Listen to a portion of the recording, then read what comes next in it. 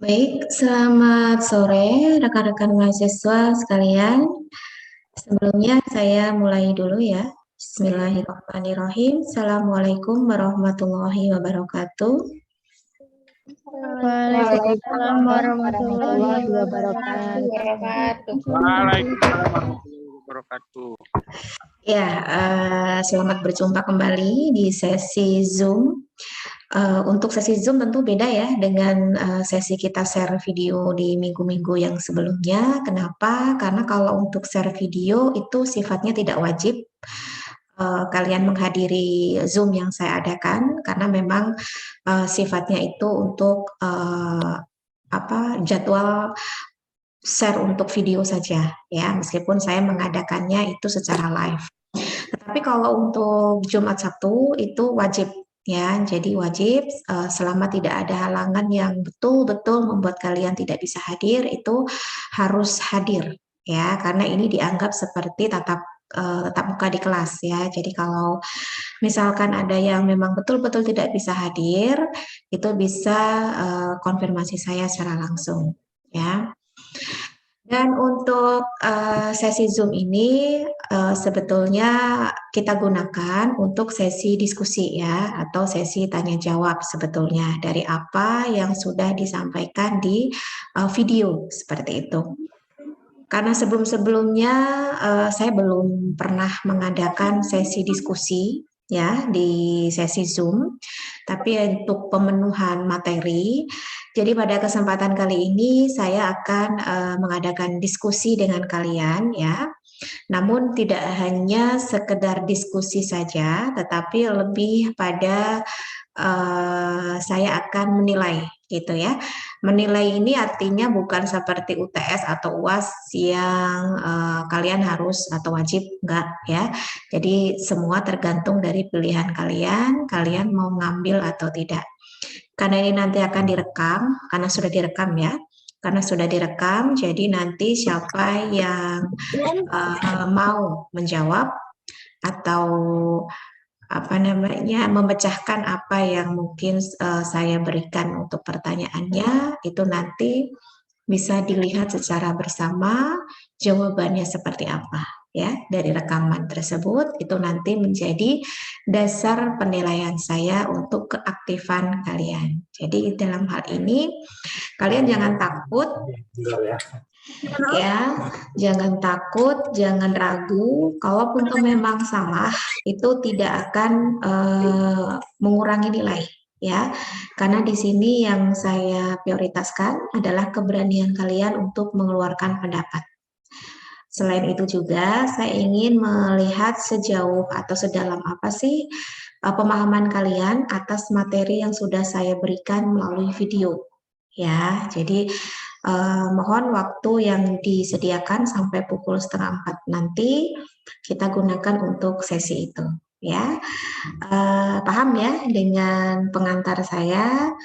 Semoga ini bisa diambil kesempatannya dan semoga bisa dimanfaatkan sebaik-baiknya gitu ya. Karena dengan kalian menjawab, dengan kalian menjelaskan, akhirnya saya tahu kedalaman dari pengetahuan kalian terkait apa yang saya tanyakan begitu. Jadi jangan takut, jangan ragu untuk memberikan jawaban dari apa yang akan saya utarakan sebagai pertanyaan. Oke, untuk anatomi fisiologi manusia, saya pun sudah mengadakan kuis ya kemarin. Bahkan, beberapa ada yang belum, itu nanti akan saya susun ulang lagi untuk jadwalnya karena saya belum bisa stay untuk mengamati kuisisnya. Jadi nanti saya akan menentukan hari dulu. Setelah itu nanti baru kita untuk pelaksanaan yang susulan. Kemudian untuk anatomi fisiologi manusia ini seperti apa yang sudah saya sampaikan di awal ya, sebagai pengantarnya saya sedikit merefresh lagi dari apa yang sudah saya sampaikan ya, bahwasanya anatomi dan fisiologi itu memiliki pengertian yang tentunya berbeda ya. Kalau hanya ingin melihat bagian-bagiannya dari apa yang kita miliki, itu cukup dipelajari di bagian anatomi. Tapi kalau kita ingin mengetahui secara fungsionalnya, secara keseluruhannya seperti apa, kemudian peran dalam tubuhnya bagaimana, nah itu kita lebih banyak belajarnya di bagian fisiologi. Fisiologi itu tidak hanya belajar untuk segi kenormalannya, tetapi keabnormalannya pun dipelajari. Begitu. Misal, minggu lalu kita belajar tentang sistem hormon, begitu ya. Normalnya kita punya hormon insulin, normalnya. Yang mana hormon insulin itu banyak terlibat dalam proses pengaturan gula darah, itu normalnya. Tetapi ada kalanya kondisi yang tidak normal, misalkan gula darah berlebih atau gula darah di bawah dari normal. Nah itu kan berarti tidak normal atau keabnormalan. Nah itu menandakan keadaan fisiologis yang dapat terjadi pada manusia. Lalu apa yang terjadi dalam tubuh kita kalau seandainya gula darah kita meningkat? Nah itu mekanismenya seperti apa? Nah itu dipelajari di fisiologi. Kemudian bagaimana tubuh kita mengatur perubahan suhu yang ada, ya. Ada peran hipotalamus, ya. Hipotalamus yang ada di otak kita itu memberikan apa ya, semacam peran yang sangat luar biasa untuk memberikan sinyal, gitu ya. Kapan tubuh kita itu suhunya di atas normal, kapan suhunya di bawah normal. Nah, itu akan memberikan perlakuan yang berbeda. Ya, kapan tubuh kita menahan keringat untuk dikeluarkan, kapan tubuh kita harus mengeluarkan banyak keringat, itu sangat ditentukan kondisi suhu yang ada. Begitu, jangan sampai salah atau terbalik begitu. Nah, hal yang sama pun juga dengan insulin tadi. Kapan gula darah meningkat, kapan gula darah turun, itu hormonnya nggak boleh tertukar antara insulin dan glukagon. Kapan insulin dikeluarkan, kapan glukagon dikeluarkan, itu tergantung dari kondisi gula darah dalam tubuh kita. Nah, itu adalah keadaan fisiologis dalam tubuh kita yang secara otomatis sebetulnya itu sudah tersetting dengan baik. Hanya saja kondisi dari kita berbeda-beda. Ada yang mengalami suatu kelainan penyakit, ya, penyakit yang memang itu dipengaruhi oleh kondisi organ penghasil dari hormon tersebut mengalami gangguan, misalkan akhirnya tidak bisa menghasilkan insulin secara maksimal. Nah, itu juga faktor yang dapat menyebabkan tubuh kita menjadi tidak normal dalam menghasilkan insulin. Atau karena faktor atau gaya hidup kita yang tidak sehat. Sehingga apa? Tubuh kita sudah tidak mampu lagi untuk menormalkan gula darah yang terlalu berlebih itu tadi, ya. Dan insulin pun ada batas kemampuannya, ya, untuk mengubah glukosa menjadi glikogen yang kemudian itu akan disimpan di organ hati. Nah, itu adalah contoh, ya, contoh keadaan-keadaan fisiologis yang bisa saja terjadi pada manusia. Namun yang kita harapkan di sini adalah kondisi tubuh manusia yang apa namanya, sehat begitu, ya, yang normal gitu. Jadi istilahnya tidak mengalami keabnormalan yang seperti saya utarakan tadi. Oke, saya di sini akan mengadakan sesi diskusi terkait sistem hormon, ya. Jadi di antara kalian silakan, saya terbuka lebar dan kita sama-sama belajar di sini. Jadi tidak usah perlu atau khawatir, takut salah atau malu, itu tidak perlu, ya. Karena di kelas itu sifatnya kita adalah pembelajaran. Jadi tidak mengenal sesuatu yang sempurna, ya. Kalau memang sempurna, alhamdulillah, ya, berarti apa yang sudah saya sampaikan itu betul-betul kalian pahami dengan baik. Tapi kalau memang ada yang kurang atau mungkin ada yang kurang pas, ya, nanti akan saya benahi atau akan saya luruskan, gitu, ya. Oke, saya mulai dari apa yang sudah saya jelaskan terkait sebentar.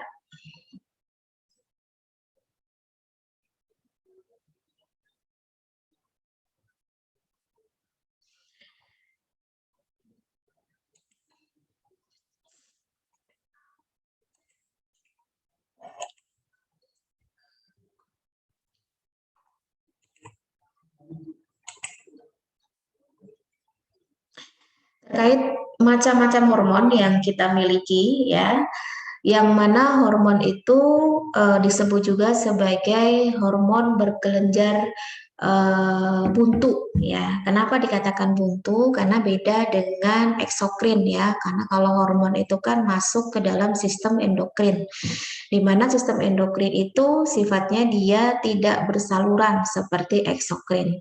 Namun bukan berarti tidak bersaluran di sini tidak bisa keluar dari kelenjar, tetap bisa keluar, tetapi melalui aliran darah ya. Dimana dengan adanya aliran darah ini, maka hormon itu dapat terdistribusikan dengan baik ya ke organ-organ yang menjadi targetnya. Nah, dalam hal ini hormon-hormon tersebut tidak boleh salah alamat ya.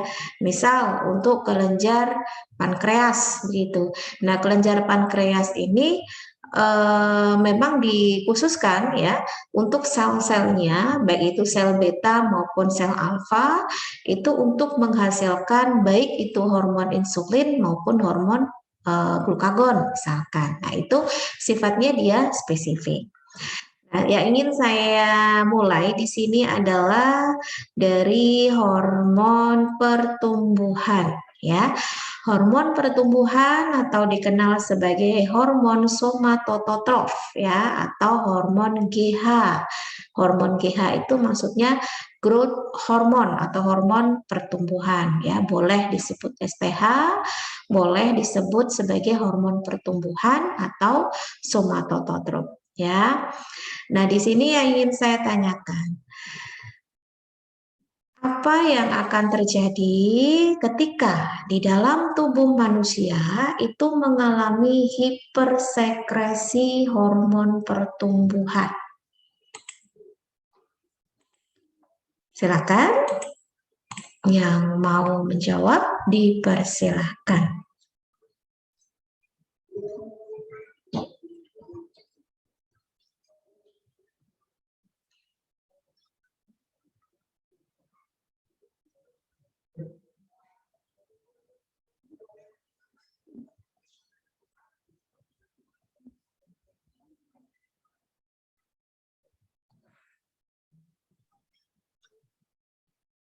Saya Bu, salah nggak apa-apa ya Bu? Iya, nggak apa-apa. Seperti apa yang sudah saya katakan tadi. Silakan Renti. Dia akan mengalami kayak kelebihan hormon kayak istilah gigantisme ya Bu ya. Kelebihan hormon dan dia akan mengalami pertumbuhan lebih dari manusia biasa. Oke. Ada istilah hipersekresi, berarti kan sekresinya berlebihan ya. Kalau tadi Renti menyebutkan bisa mengalami gigantisme, di mana ukurannya itu lebih besar daripada manusia pada normalnya. Ya, yang lain ada yang mau menambahkan? Tidak hanya gigantisme ya istilahnya, ada satu lagi namanya apa? Nanti ada bedanya gitu.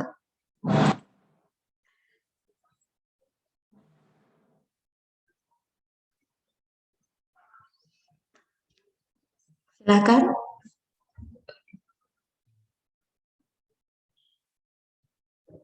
Renti sudah dapat poin loh, masa yang lain nggak mau dapat poin? Izin menjawab, Bu. Oke, sebentar. Siapa ini? Mega Mega, ya? Bu. Ya, silakan Mega. Ada kelebihan hormon itu bisa juga mengakibatkan penyakit akromegali. Adalah penyakit yang muncul karena tubuh orang dewasa kelebihan hormon pertumbuhan. Oke, sudah dilengkapi ya dengan Mega. Jadi betul jawabannya, bahwasanya hipersekresi somatotrof atau hormon pertumbuhan itu akan menyebabkan pertumbuhan yang tidak terkendali ya dari manusia pada umumnya atau normalnya. Ada dua macam. Kalau misalkan dia terjadi pada usia dewasa, itu disebut sebagai akromegali. Ya, biasanya itu terjadi pada bagian-bagian tertentu yang ukurannya jauh lebih besar, misalkan di bagian wajah, di bagian tangan, ya. Tapi kalau dia dari kecil atau bisa dikatakan dari awal, itu disebut sebagai gigantisme. Gitu. Kalau di usia dewasa biasanya dimulai dari usia 25 tahun. Oke. Sudah diawali dari Renti dan Mega. Oke, saya lanjutkan lagi. Silakan ya bagi yang mau menjawab itu bisa langsung saja dihidupkan mikrofonnya. Istilah hormon LTH ya atau dikenal sebagai hormon luteotropik hormon atau prolaktin. Di mana hormon prolaktin ini penting sekali ya dalam merangsang kelenjar mamai atau kelenjar susu ibu untuk menghasilkan ASI ya. Namun dalam menghasilkan prolaktin ini tentunya ada mekanisme yang terjadi dalam tubuh kita atau tubuh si ibu. Begitu. Nah, silakan siapa yang mau menjelaskan bagaimana mekanisme produksi hormon prolaktin dalam tubuh ibu sehingga ASI dapat keluar.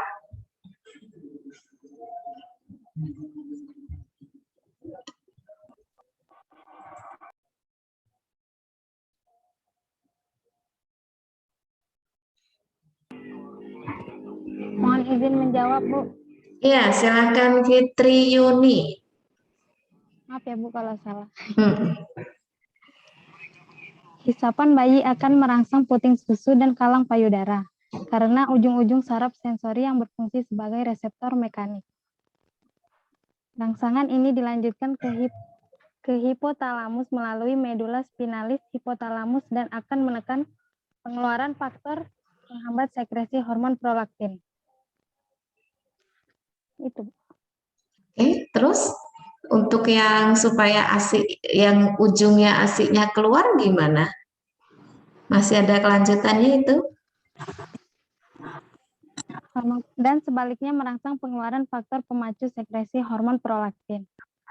Faktor pemacu sekresi hormon prolaktin akan merangsang hipofisis anterior sehingga keluar prolaktin. Hormon ini merangsang sel-sel alveoli yang berfungsi untuk membuat air susu. Ya. Jadi betul ya adanya feedback positif ya. Jadi adanya hisapan bayi yang itu dapat merangsang prolaktin ya. Yang mana dengan adanya hisapan tersebut itu akan menghambat hormon-hormon stres gitu. Tapi kalau sebaliknya, kalau misalkan kondisi stres ya atau kondisi tertekan, maka itu akan menghambat sekresi prolaktin. Dengan begitu, ketika adanya dipacunya prolaktin releasing peptide ya, yang itu dapat memberikan pengaruh terhadap produksi dari prolaktin itu, sehingga menyebabkan apa? Menyebabkan terproduksinya hormon prolaktin sehingga ASI itu dapat diproduksi, begitu ya. Oke, saya lanjutkan lagi.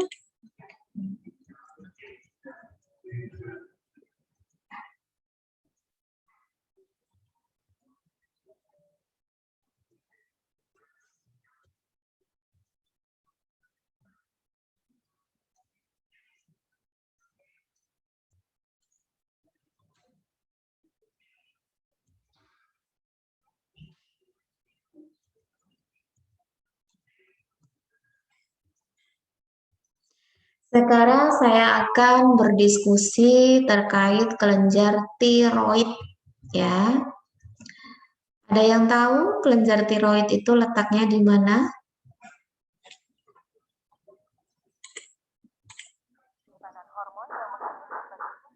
Bu izin menjawab. Iya, silakan Diana. Di bagian bawah leher, di belakang kelenjar tiroid. Di bagian belakang leher. Oke, di bagian leher. ya. Jadi kelenjar tiroid itu ada di sebelah kanan dan kiri trakea ya, yang ada di leher kita, di mana kan trakea ini sebagai bagian dari sistem pernafasan ya. Ada dua, kanan dan kiri. Nah, dalam hal ini kelenjar tiroid itu ada peran dalam tubuh kita. Ada yang tahu perannya untuk apa? Izin menjawab, Bu. Ya, silakan Suherman.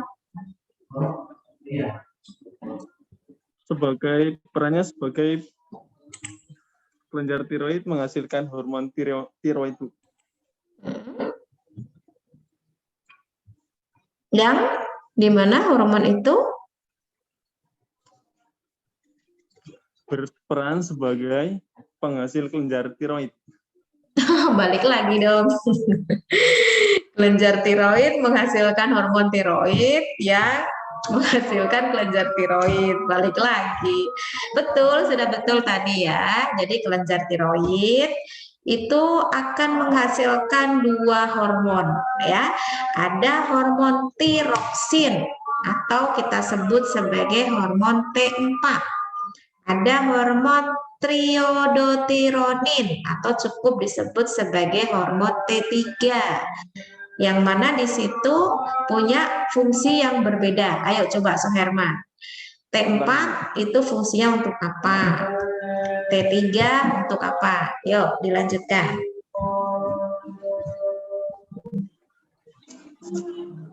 Mau Bu izin pulang? Ya, gimana? Pulang ya Bu ya, yang tadi. Kelenjar tiroid merupakan produsen sekaligus tempat penyimpanan hormon yang mengatur berbagai fungsi tubuh kita. Itu jawaban yang tadi, Bu. Oh, itu ya. Iya. Ya, tadi belum lengkap, Bu. Oke. Saya lanjutkan. Tadi saya sudah menyebutkan ya bahwasanya kelenjar tiroid itu dapat menghasilkan T4 dan T3 ya. Di mana T4 itu adalah tiroksin, T3 itu adalah triodotironin.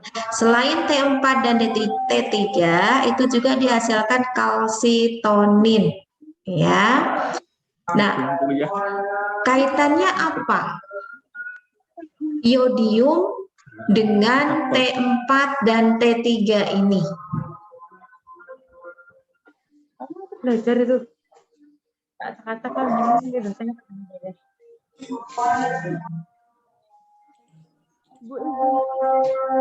Iya, silakan Dewi. Kalsitonin adalah hormon polipeptida linear. Jadi hubungan dengan kelenjar tiroid, banyaknya kalsium darah menentang efek hormon paratiroid. Benar nggak, Bu? Tadi yang ini Dewi, apa namanya, kaitannya iodium.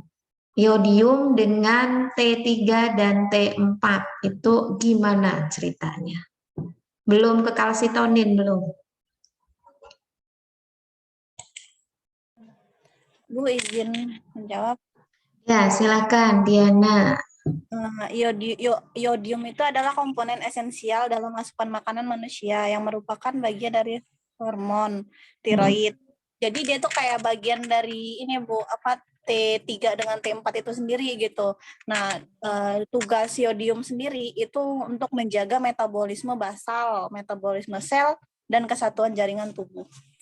Oke, ya di sini memang kita harus memberikan penekanan ya bahwasanya hanya, nah ini kalau sudah bicara hanya ini berarti tidak ada yang lain ya, hanya kelenjar tiroid lah yang mampu menangkap iodium dan mengolahnya menjadi hormon tiroid begitu. Kenapa? Karena sel tiroid ini adalah satu-satunya sel dalam tubuh kita yang dapat menyerap iodin atau iodium yang itu nanti diambil dari makanan melalui saluran pencernaan. Nah, kaitannya apa dengan T3 begitu ya? Karena iodin ini atau yodium itu ya dapat bergabung dengan asam aminotirosin. Tiroksin itu dari hormon T4 tadi ya. Kemudian dapat diubah menjadi T3 agar sifatnya dia aktif ya, sehingga dapat digunakan oleh manusia. Begitu. Jadi yodium tidak akan berarti apa-apa kalau tidak ada kelenjar tiroid. Ya. Juga tidak akan ada arti apa-apa kalau tidak ada T4 dan T3. Kenapa? Karena tiroksin itu penting sekali dalam proses metabolisme sel. Sedangkan T3 itu kaitannya dengan pertumbuhan, perkembangan, bahkan untuk diferensiasi jaringan-jaringan dalam tubuh. Ya, jadi lebih kompleks seperti itu. Oke, saya lanjutkan lagi. Silakan yang lainnya ya. Kalau yang sudah mungkin bisa memberikan kesempatan dulu untuk yang lain. Tapi kalau yang lainnya nggak mau mengambil kesempatan ya boleh diambil lagi. Saya akan melanjutkan terkait bagaimana sih pengaturan kalsium dalam tubuh kita. Ada dua kondisi nih. Ketika kalsium dalam darah kita rendah dan kalsium dalam darah kita tinggi. Dan untuk memang kaitannya dengan kalsium itu yang terlibat adalah hormon kalsitonin ya. Tadi sudah T4, T3 itu sudah. Sekarang yang kalsitonin ya, yaitu kaitannya dengan pengaturan kalsium. Nah, ada dua pertanyaan nih buat dua orang nih. Satu untuk yang ketika kalsium dalam darah kita rendah. Yang satu ketika dalam darah kita kalsiumnya tinggi. Yuk, siapa yang mau memberikan penjelasan?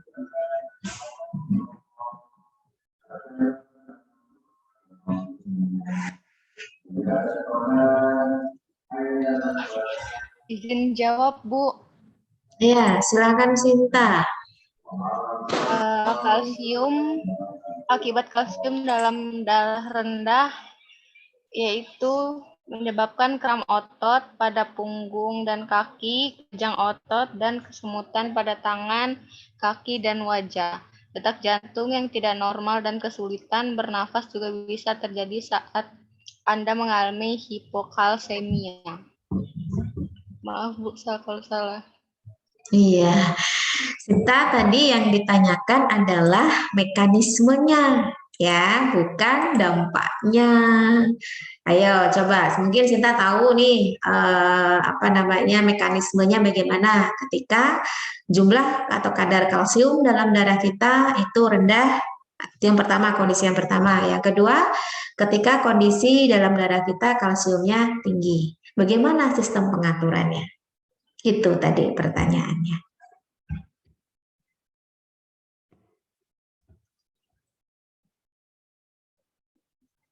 Ada kaitannya dengan kelenjar tiroid, Mas Yan, yaitu dalam sekresi hormon kalsitonin. Di mana hormon kalsitonin ini erat kaitannya dengan pengaturan kalsium dalam darah.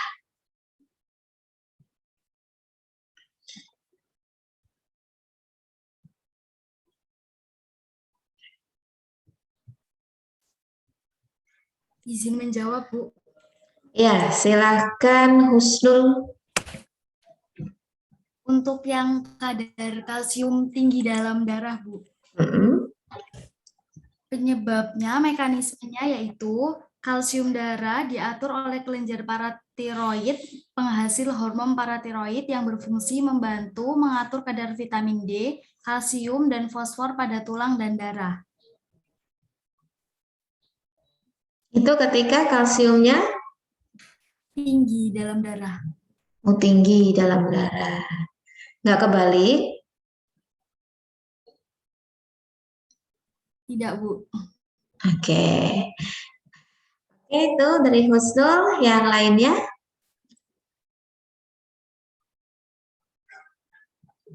Ada yang satunya ketika kalsium rendah dalam darah. Gimana mekanismenya? Izin menjawab, Bu. Ya, silakan Jailiana. Kadar kalsium dalam tubuh diatur secara ketat oleh kelenjar paratiroid dan tiroid. Normalnya kelenjar paratiroid memproduksi hormon paratiroid ketika jumlah kalsium dalam darah berkurang atau terlalu rendah. Jika kadar kalsium naik dan kembali normal, produksi hormon paratiroid akan berhenti. Maaf Bu kalau salah. Oke. Yang lainnya?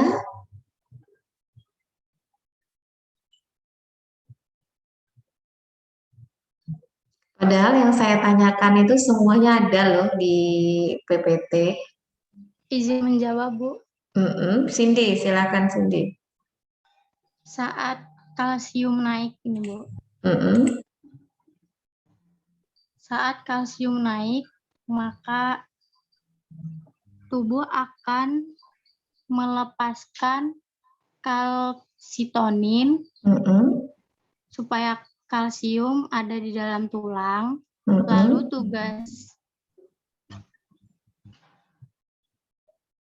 ginjal mengambil kalsium dalam tulang dan menyebarkannya melalui darah, lalu kalsium normal kembali, Bu.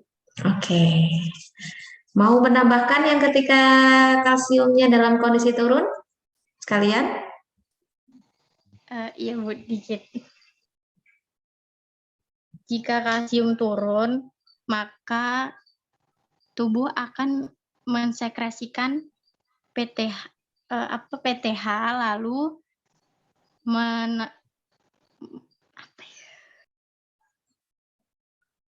menimbulkan menumbuhkan kalsium di dalam tulang, lalu ginjal mengambil kalsium yang ada di tulang dan menyebarkannya lagi ke darah, dan kalsium pada manusia kembali normal. Bedanya hanya kalau dia kalsiumnya naik, dia melepaskan kalsitonin.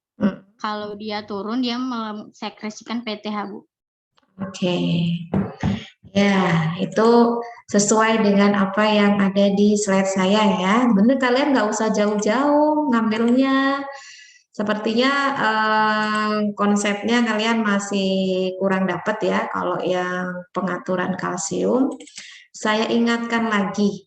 Nah, ini. Sebenarnya dari tabel ini sudah kelihatan ya, bedanya ini pakai bahasa Inggris. Sebetulnya sudah kelihatan nih, nggak usah terlalu pusing dengan bahasa Inggrisnya, tetapi cukup dicomot-comot aja maksudnya apa sih, kan gitu ya. Normalnya ya, normalnya dalam darah kita, kalsium itu harus berada di sekitar 10 mg per 100 ml. Ya, tetapi ada kalanya kalsium kita itu ada di atas normal, ada di bawah normal ya. Ketika di atas normal, apa yang akan terjadi secara otomatis? Itu kelenjar tiroid yang tadi saya jelaskan di awal itu akan menghasilkan kalsitonin. Ya, dimana kalsitonin ini akan menstimulasi kalsium itu yang ada di dalam darah tadi untuk dideposit. Nah, kan ada istilah deposit nih ya, udah tahu ya, deposit berarti kan disimpan di tulang, kan begitu. Kemudian dalam hal ini ginjal itu akan mengalami penurunan dalam pengambilan kalsium sehingga level akan kembali ke normal. Begitu pula ketika dalam kondisi turun kalsiumnya, bukan kalsitonin lagi yang berperan, tetapi PTH. PTH itu apa? Paratormon, ya. Yang itu nanti sebetulnya kebalikan dari ini. Itu akan dirilis. Nah, rilis itu kan bahasa ini ya, mengeluarkan. Nah, itu ya, mengeluarkan kalsium yang ada di tulang, kemudian ginjal itu akan menstimulasi untuk penyerapan kalsium dari aktivitas pencernaan. Sehingga kalsium di dalam darah akan kembali normal. Nah, itulah cara tubuh kita untuk menstabilkan agar kalsium dalam darah tetap dalam kondisi normal. Jadi yang satu adalah hormon kalsitonin, yang satu hormonnya adalah paratormon. Begitu ya. Jadi dibuat simple aja untuk mekanisme. Yang penting kalian tahu gimana sistem kerjanya.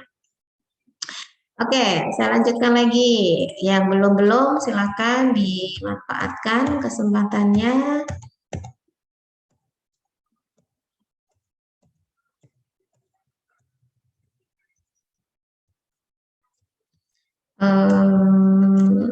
Tentang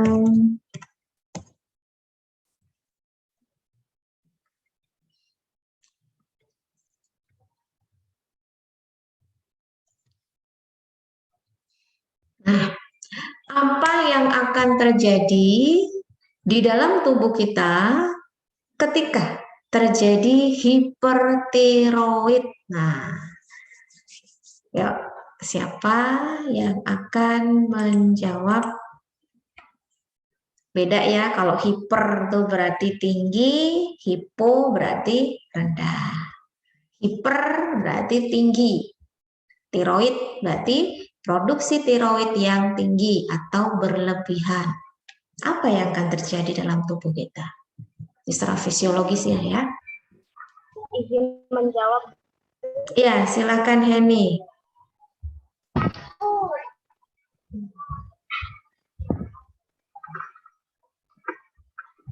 Ketika tubuh kita mengalami hipertiroid, maka tubuh kita akan menjadi gemetar dan cemas. Gemetar dan cemas, itu tanda nervous apa tanda lapar ini? Nervous kayaknya ya. Bisa jadi Bu. Iya, dua-duanya bisa jadi itu. Lebih spesifik ini, apa yang terjadi? Misal penyakit apa yang itu bisa ditimbulkan karena hipertiroid misalkan. Diterat kan ada di sini nih. Tadi kan disebutkan ya di trakea kanan dan kiri. Apa penyakitnya namanya? Terjadi kelenjar tiroid atau pembentukan. Iya betul. Pembengkakan kelenjar tiroid ya, namanya apa itu? Goiter. Iya, goiter ya. Tapi goiternya di sini terjadi semacam pembengkakan ya. Pembengkakan kelenjar tiroid atau pembengkakan yang kita kenal sebagai goiter ya, itu terjadi di kelenjar tiroid. Itu bisa terjadi ketika mengalami hipertiroid.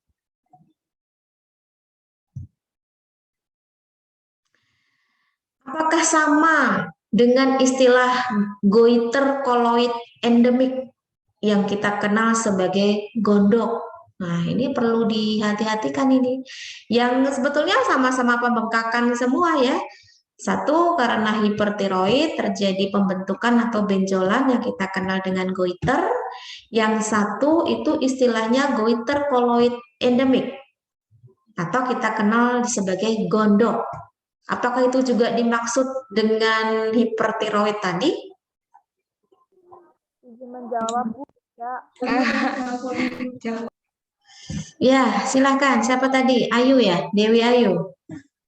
Ya Bu, izin menjawab beda. Karena kalau endemik tiroid tadi itu dia itu kekurangannya yodiumnya. Kalau yang goiter doang itu kelebihan hipertiroid ya Bu ya. Iya. Oke, betul ya. Jadi yang pertama tadi itu hipertiroid, sedangkan yang gondok atau goiter endemik tadi itu karena kekurangan yodium, ya, yang itu juga disebut sebagai bukan hiper tetapi hipo malahan ya, kekurangan hormon tiroid gitu. Oke, untuk sesi diskusi cukup ya. Terima kasih atas partisipasi dari mahasiswa. Saya akan melanjutkan sedikit materinya. Ada waktu kurang lebih 15 menit sampai 15.30 untuk menghabiskan sesi sistem endokrin ya. Karena untuk minggu depan kita sudah beda topik lagi.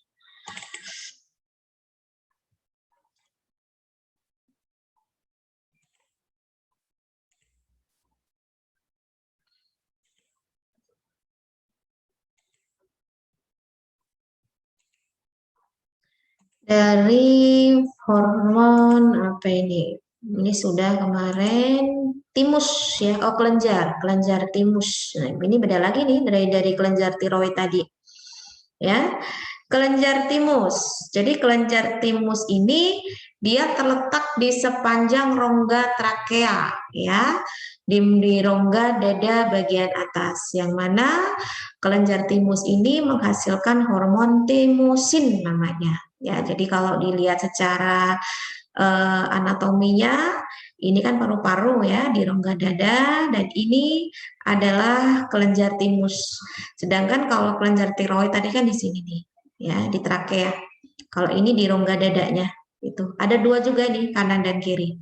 Ya, jadi hormon ini dihasilkan selama masa pertumbuhan sampai dengan masa pubertas ya. Jadi setelah masa pubertasnya itu sudah lewat, maka sedikit-sedikit itu mulai menurun produksinya ya. Yang ini erat kaitannya dengan hormon somatotrof atau hormon pertumbuhan. Itulah kenapa usia-usia ketika sudah di atas 25 itu sebetulnya hormon pertumbuhannya sudah berhenti ya, sudah tidak aktif lagi. Jadi sebetulnya kalau ingin menambah tinggi badan itu ya pas usia anak-anak, diberikan pelatihan-pelatihan untuk peregangan otot, tulang ya, diberikan makanan-makanan atau minuman yang banyak mengandung kalsium seperti itu.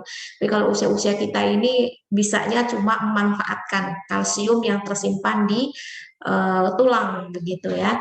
Itulah kenapa bahayanya kalau kita untuk asupan kalsiumnya itu kurang, maka banyak kalsium yang nantinya akan kita ambil dari tulang, akhirnya tulang kita akan cepat kropos gitu ya, atau mengalami osteoporosis gitu, karena kita bukan lagi usia pertumbuhan di bawah 25 tahun. Atau mungkin di sini ada yang masih usianya di bawah 25 tahun ya. Mungkin saya terlalu kepedean kalau semuanya sudah di atas 25 tahun ya.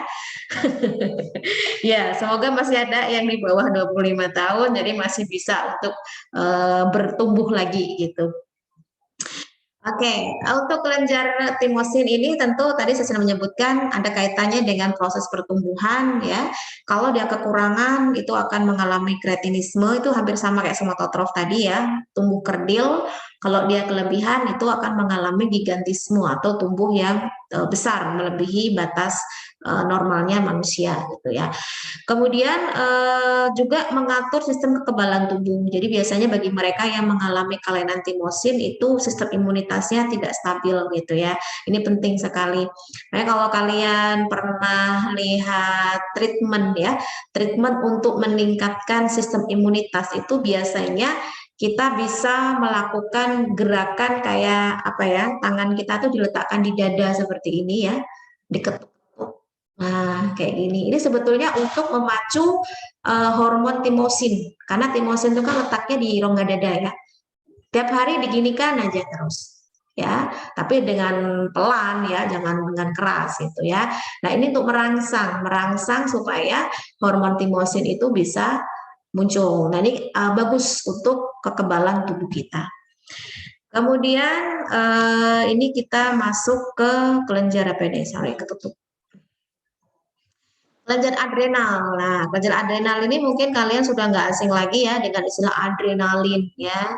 Biasanya kalau dalam kondisi kepepet itu ya, dalam kondisi yang kita sebetulnya nggak berani, tiba-tiba jadi berani karena suatu kondisi tertentu, itu adrenalinnya terpacu gitu ya. Tapi bahaya bagi mereka yang punya lemah jantung karena ini bisa berakibat fatal ya.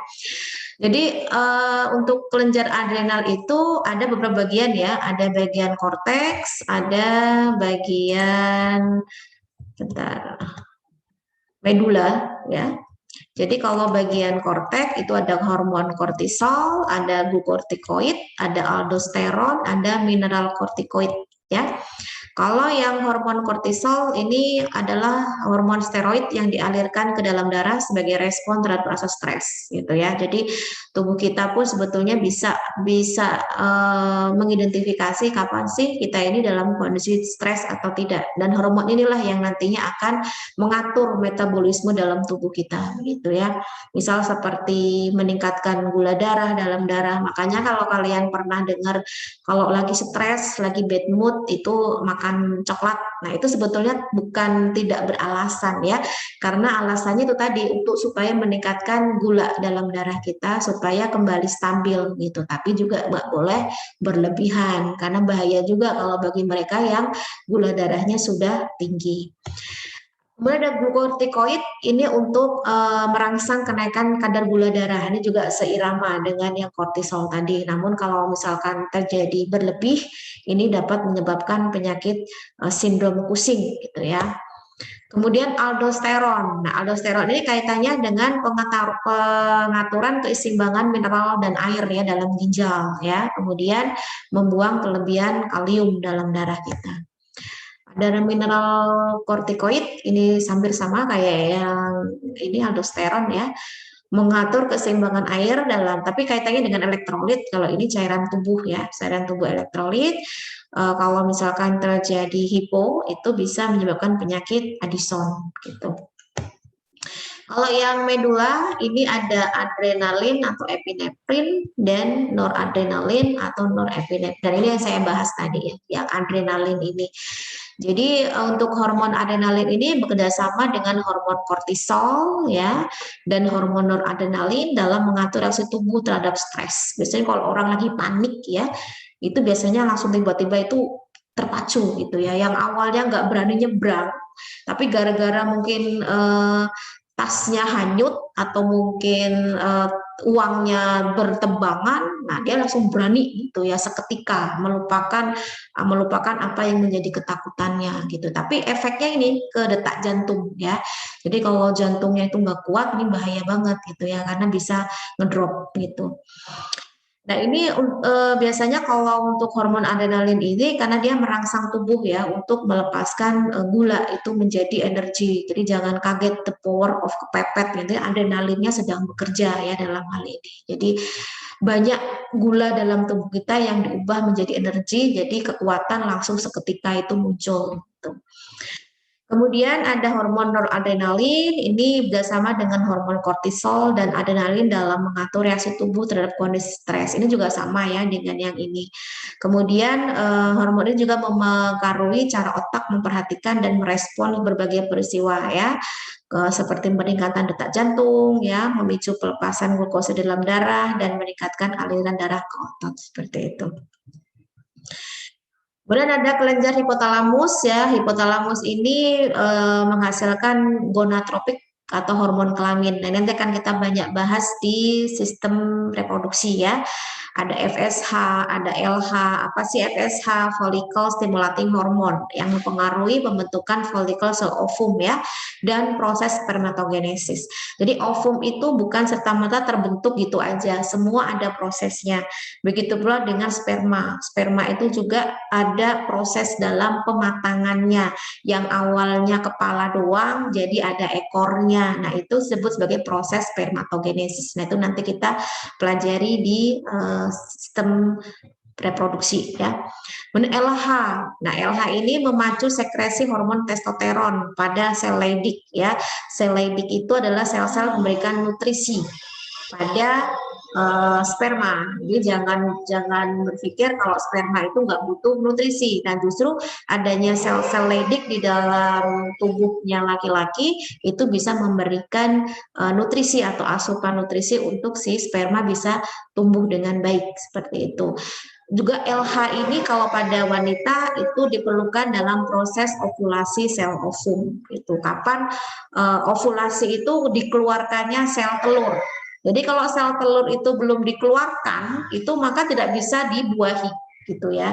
Kalau dia ngumpet aja di tempat hasilnya atau pabriknya, itu nggak bisa dibuahi. Makanya harus mengalami ovulasi dulu gitu ya. Ketika mengalami ovulasi, sel itu keluar, nah baru nih bisa terjadi proses fertilisasi. Gitu. Kelenjar ventriculus. Kelenjar ventriculus ini menghasilkan hormon gastrin ya, yang fungsinya untuk pengeluaran sekret lambung ya, misalkan seperti HCl gitu ya, membantu dalam proses pencernaan. Kemudian kelenjar usus, ini contohnya hormon sekretin, ini memacu sekresi getah usus dan pankreas. Kemudian hormon kolecisistokinin ya, ini sekresi getah empedu dan pankreas. Kelenjar pankreas, nah ini sudah saya bahas berkali-kali ya, sampai kalian mungkin udah bosen, harusnya udah paham dan menguasai hormon insulin dan hormon glukagon ya. Hormon insulin itu yang mengatur kadar gula darah dalam darah ya, yang mengubah glukosa menjadi glikogen yang nantinya akan disimpan di hati dan di otot. Kalau glukagon itu kebalikan ya, kebalikannya meningkatkan kadar gula dalam darah. Dia sifatnya sepadan dengan adrenalin ya, sama-sama dia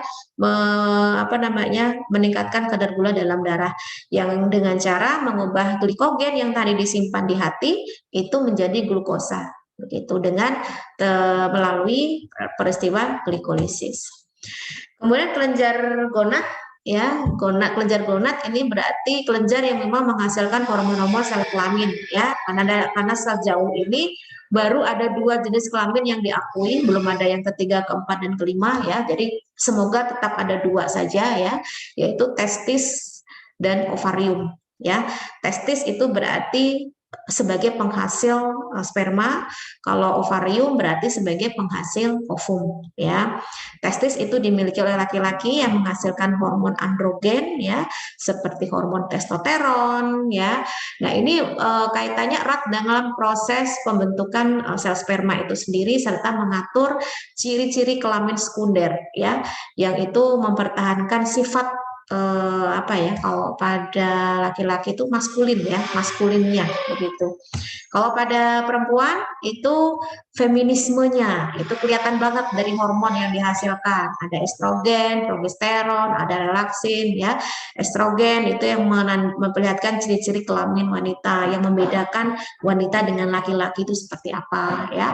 Hormon progesteron, nah ini untuk proses ketika kehamilan, untuk mempersiapkan rahim dengan adanya penebalan dinding rahim itu, kemudian untuk menjaga kelenjar susu dalam menghasilkan ASI, termasuk dalam kaitan dengan prolaktin ini ya, dan hormon relaksin ini ketika ibu hamil yang akan melahirkan itu ada proses kontraksi ya, dan kontraksi itu tentunya harus ada yang memacu, yaitu hormon relaksin ya. Oke, lengkap untuk sistem endokrin saya sampaikan di 2 minggu ini. Berarti untuk minggu depan kita sudah beda topik ya. Insya Allah kita masuk ke bab sistem reproduksi.